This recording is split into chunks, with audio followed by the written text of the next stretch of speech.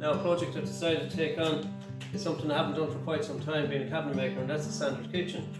So I'm going to make the doors because they're going to be sprayed as of yet, a colour we don't know. So they're going to be made in ash. So this pile here we've got to transform into the frontage. So every kitchen unit, the front is the actual kitchen style. Very simple in style, it's going to be handleless, so therefore that's why I have to make the doors. Making them in ash, and the first stage of it is I've all setting out done of all my measurements done of all my cutting lists and of all my carcass material ordered in lengths to run off when I get them. And we're down to the fronts here to make the fronts. So this is all going to be the doors. It's going to be made in solid ash and then sprayed.